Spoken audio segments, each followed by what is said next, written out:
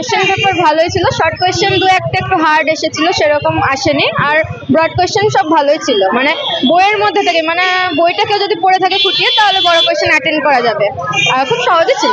ইতিহাসের কোয়েশ্চেন বলতে যেগুলো কমন আসার কথা ছিল সেইগুলো খুব একটা আসেনি, তবে অনেক যেগুলো বড় প্রশ্ন আশা করা ছিল সেগুলো একটু ছোট প্রশ্ন চলে এসেছে মনে হলো একটা দুটোতে।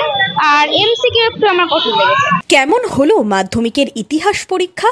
পরীক্ষা কেন্দ্রের বাইরে বেরোতেই এই প্রশ্ন অভিভাবকদেরও, অঙ্কের মতো কঠিন, প্রশ্নপত্রে প্যাচ, প্রশ্নপত্র কেমন ছিল? পরীক্ষা শেষ হতেই পরীক্ষা কেন্দ্রের বাইরে বেরিয়ে পরীক্ষার্থীদের মধ্যে মিশ্র প্রতিক্রিয়া, কারো মুখে হাসি, কারো মুখ ভার। কেউ বলছে বই খুঁটিয়ে পড়লেই প্রশ্ন সহজ, কেউ আবার বলছে বেশ কঠিন প্রশ্ন। বহরমপুর শহরের মহারানী কাশেশ্বরী গার্লস হাই স্কুলে পরীক্ষার সেট পড়েছিল Mahakali Pathshala, Bishnupur girls high school, Lipika memorial girls high স্কুলের পরীক্ষার্থীদের।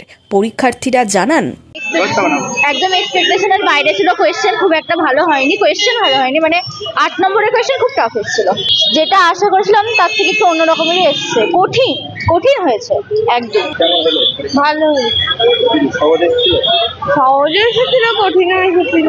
ইতিহাস পরীক্ষার প্রশ্ন নিয়ে মিশ্র প্রতিক্রিয়া পরীক্ষার্থীদের।